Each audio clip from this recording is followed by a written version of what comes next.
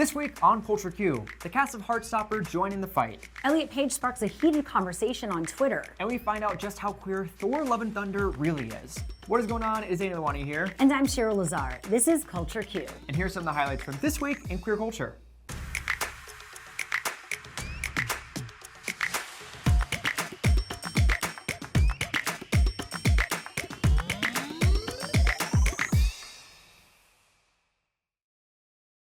Thor Love and Thunder premiered on July 8th and has gotten all of us excited about its queer content ever since. From Tessa Thompson's Valkyrie being openly bisexual, to director Taika Waititi's Korg sharing that males of his species mate and give birth, it seems like Thor Love and Thunder is really giving us some much needed representation. Of course, this is Disney, so the bar is extremely low to begin with, but Thor is definitely setting a new standard for the streaming giant. In Thor Ragnarok, Waititi filmed a now-deleted scene where a woman was leaving Valkyrie's apartment. He'd wanted them to kiss goodbye to establish that it was a lover and not a roommate. Now, in Love and Thunder, Valkyrie openly flirts with a blonde handmaiden and kisses her on the hand. Meanwhile, Korg shares that he has two dads and he was made as they sat holding hands for a month over a pool of lava. Okay, I mean, do you? Korg wants to do the same should he survive to find his mate. There's even a conversation between Val and Korg about their past same-sex relationships and the heartbreak that came when they ended. It's surprisingly open and intentional for a Disney film. These subtle displays of on-screen queerness is speaking volumes to fans who were aching to see queer content in the Marvel Universe. Thor Love and Thunder was incredible and very queer. Definitely worth the watch, tweeted this person. The indigenous and queer representation in Thor Love and Thunder made my heart sing. What a fun and beautiful movie. Now there's also a fan theory that Thor's best friend Heimdall's son is transgender. Originally named Astrid, the child declares that his new name is Axel, after his favorite musician of course, Axl of Guns N' Roses.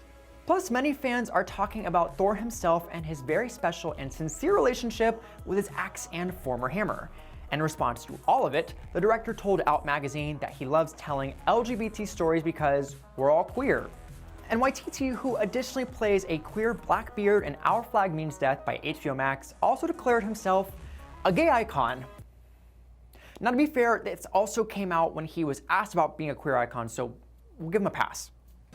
I just liked that it was a love story between two dudes on a boat, and that's what really drew me to it, to the show. I'm a gay icon now.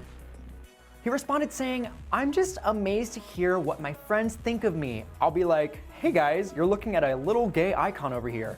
And it feels really amazing. Ultimately, Waititi hopes for a world where sexuality doesn't need to be a conversation. It can just be. Love is love, you know, and if we can normalize it, then we're moving towards a good space. The other week we talked about how inspirational Elliot Page's journey was and how it was recognized in the Umbrella Academy season opener. It's, Victor. Who's Victor?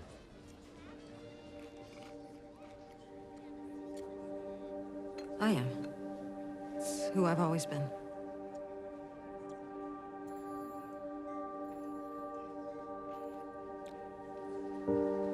Is that an issue for anyone?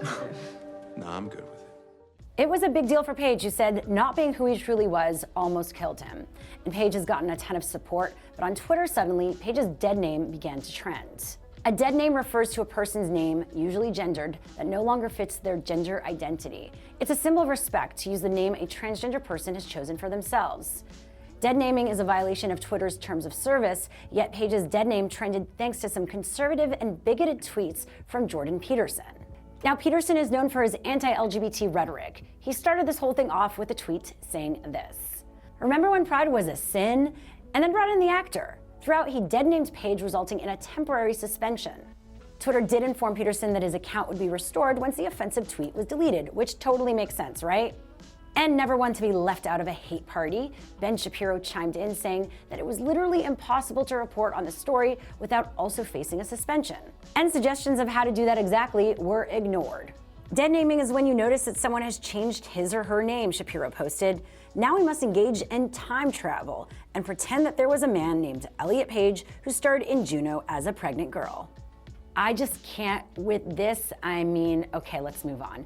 And that's when news anchorwoman Olayemi Olorin came in, who's basically our hero. She hosts The Hill TV, a DC political news program, and had a conversation about this very topic with two other commentators who, unfortunately didn't quite get it.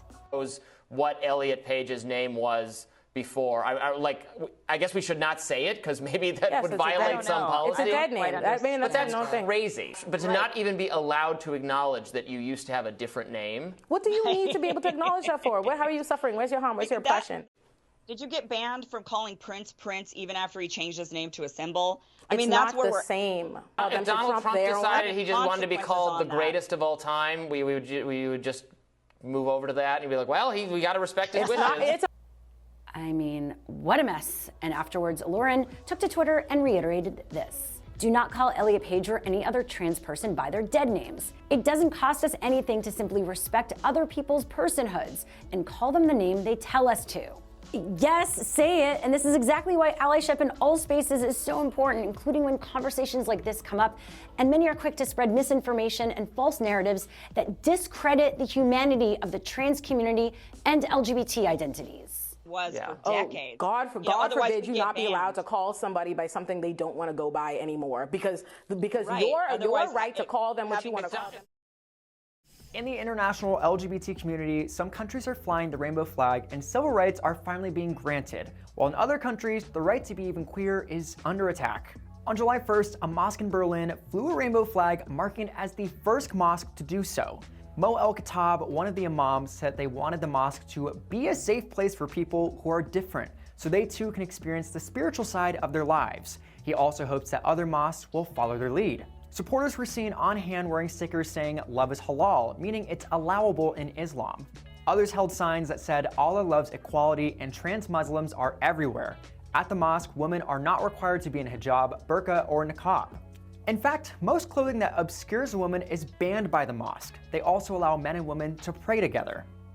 Mark-Eric Lehman is one of the board members of Berlin Pride and praised the move as being an incredibly strong sign. He added, "Queer people can also be religious and believe in God. We should not just be talking about safe spaces in bars and clubs in Berlin, we also have to talk about safe spaces in the places of worship." Meanwhile, in Iraq, a law has been proposed to completely ban homosexuality. They not only want to criminalize homosexuality, but also the immodest acts and perversion that they associate it with. Homosexuality was legalized in Iraq after the 2003 US invasion that overthrew Saddam Hussein. Amir Ashur is the head of Iraq Queer, a gay rights group. He says the new law would allow anti-LGBT groups to get away with murder. This will also have a huge impact on the movement, as queer people and those advocating for us will be facing legal consequences, in addition to the extrajudicial violence that we've been facing for decades. And yes, we get to close our world news with some good news. In Switzerland, same-sex couples are finally getting their turn to walk down the aisle legally. Voters approved the Marriage for All initiative by 2/3 majority vote last year. While same-sex couples could enter into civil partnerships since 2007, and they could secure parental rights to their partner's biological children, they still didn't have the right to get married. This also meant they couldn't access regular adoption and sperm donation or ensure an easier path for their foreign partners. They now have these rights legally protected by the Swiss government. Alois Carnier and Peter Liu were just one of the couples to tie the knot. They've been together for over 21 years and are planning a full religious ceremony with friends and family, including Liu's 2-year-old granddaughter. Liu shared, "I'm convinced that if she grows up with 3 grandfathers, then it will be something very natural for her. The horizons have expanded. One sees there are many different ways to live today." If you haven't watched Heartstopper yet, you're missing a feel-good gay coming-of-age story about a group of UK teens trying to make it through high school. The story follows Joe Locke as Charlie Spring, a young gay kid who falls in love with his homeroom partner, Nick Nelson, played by Kit Connor. Rounding out the cast are William Gao as Tao and Yasmin Finney as Elle. Heartstopper showcases diverse sexualities and trans identities, and the show is as YA as it gets, and it's filled with so much heart and charm, plus it's undeniably cute. The cast are young, scrappy, and hungry, and they are ready to make acceptance mainstream. And actually, several of them were seen at London Pride marching together, decked out in Pride gear, dancing to "I Want to Dance with Somebody" by Whitney Houston, while protesters shouted nearby. Later in the parade, Connor carried Locke on his back as a Pride flag waved behind them. Literally a scene straight from fan art. It was also Locke's first Pride ever, and he said, "It was such an honor, and he loves being queer when the world might not be so accepting." Finney also joined the thousands protesting anti-trans attacks. The Conservative government in the UK has gotten rid of gender recognition law reforms and have excluded trans people from the ban on conversion therapy. And it was Finney's first Pride, and she shared, "I feel so connected to my community more than ever. If the government is trying to eradicate us, we're all here and we're just duplicating." She added, "I exist, we all exist, and we're not going anywhere, period." Every week we have some amazing titles to show off here at Revry. This week is not only International Non-Binary People's Day, but also International Drag Day. And here are some shows and movies to help you celebrate. In Biffle, Jill is a little in love with her best friend Chloe and is terrified to say anything to her about it.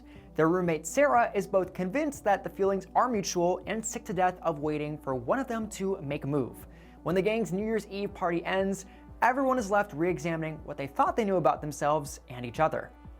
Next up, get your glass of box wine ready for the drag roast of Sherry Devine. Cruel, harsh, tasteless, and that's just the roast master. The rulers of New York City nightlife united for the drag roast of Sherry Devine as they read her to filth, and Revry caught it all on camera. Finally, we celebrate a group of queens just trying to make it. In Cherry Pop, drag queens encounter an outsider and must face their own baggage during a wild night at a failing drag club. The night begins like any other and ends with a celebration of both beginnings and endings as the queens and those attending learn to set aside their differences and embrace what unites them. You can catch all of that and so much more streaming right here, right now on Revry. One church is getting some love in our Culture Q inspiration this week after showcasing their pride and acceptance for the LGBT community. The United Church of Christ in Kansas City, Missouri put an installation on their front lawn featuring doors in 5 rainbow colors. Each door contained a single word. When put together, it said, "God's doors are open to all." I mean, hallelujah to that. But it seems like the message of love and inclusion upset local a-holes. The installation was vandalized with the words pervs and repentance. The vandalism was reported by Jackson County legislator hopeful Justice Horn. Horn had his own run-in with intolerance when one of his campaign banners was defaced with a homophobic slur. The banner was then stolen after Horn brought attention to it. And I think what we did was we're like, okay, this is happening here on our front doorstep, so we're going to use this to empower us. Horn also condemned the actions against the United Church of Christ, saying homophobia is wrong and must be met with resistance from the entire community because LGBTQ+ folks will not be bullied. Even the mayor of Kansas City, Quinton Lucas, tweeted that the act was disgusting and has no place in Kansas City. One resident responded, "This is why I want to move," to which Lucas replied, "I can't blame you, but if you stay here, we can keep fighting for all those kids coming up who need your voice." And with that, the community jumped into action. A local store donated paint and even brought the whole family out to repaint the doors. The community gathered supplies and restored the doors to their original, colorful glory. I just wanted to get rid of it right away so nobody else had to come by and see it, nobody that might be struggling with their own identity. I have to say, I really love a church that stands for the LGBT community like that one. Yeah, definitely. We need more of those, and also synagogues. Let's just make all religious spaces open for all. Truly. And that's all for this week in Culture Q. I'm Cheryl Lazar. And it's Anna Luwani signing off. Thanks again for hanging out with us this week. And be sure to join us every Thursday at 8 p.m. Eastern, live and always on demand, right here on Revry.